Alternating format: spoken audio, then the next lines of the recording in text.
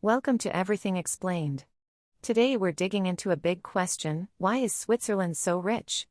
It's a small country, famous for mountains, watches, banks, and chocolate, yet its wealth isn't a fluke. It's the result of a long-running mix of solid institutions, smart policies, and a culture that values quality, detail, and long-term thinking. If you stretch a map of Europe, Switzerland looks calm and compact, and that calm has a price. It's the product of careful choices made over decades. So we'll go topic by topic to see how the country got to where it is, and what lessons it might offer others who want to build prosperity. First, stability and strong institutions. Switzerland runs on a system that blends direct democracy with parliamentary governance, a long history of neutrality, and a rule of law that's widely trusted. Politicians, businesses, workers, and even citizens on a Sunday vote know that rules are predictable. Government debt is kept in check, budgets balance, and policy isn't driven by partisan swings. That predictability lowers risk for long-term investment. Think of the Swiss economy as a well-tuned machine. Every gear knows its job, and changes are deliberate, not sudden. Second, people and skills. Switzerland has a strong education system, famous for its dual approach. Students can finish a traditional high school path or enter an apprenticeship that blends classroom learning with real work. This builds a highly skilled workforce right on the shop floor. Universities in Lausanne, Zurich, Basel, and Geneva push science and engineering. Firms don't chase cheap labor, they seek mastery.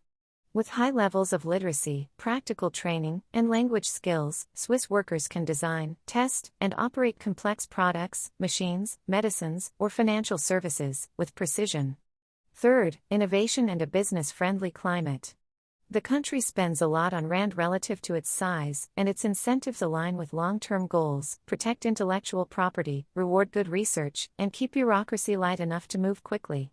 Patents, strong universities, and close cooperation between labs and companies create new ideas that become products. Red tape is real but carefully kept in check. The system favors gradual improvement over dramatic reform.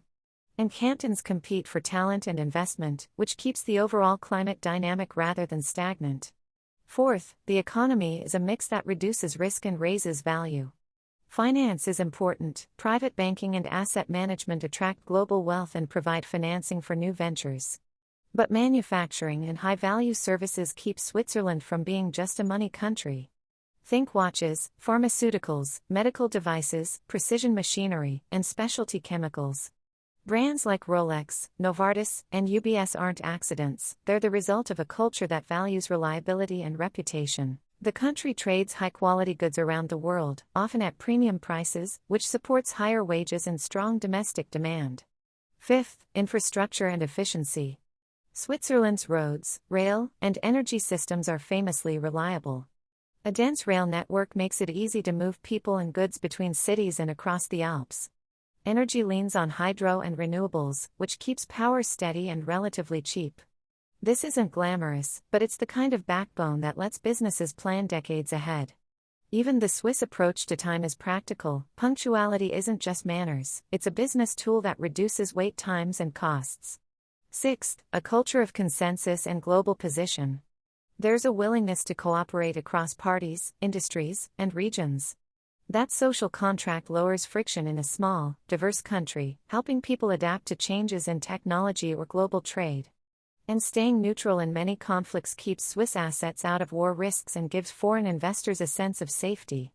The currency often acts as a safe haven in times of crisis, which supports investment but also means the country can face currency strength that makes exports tougher at times. Finally, challenges and adaptation. Swiss wealth isn't guaranteed forever.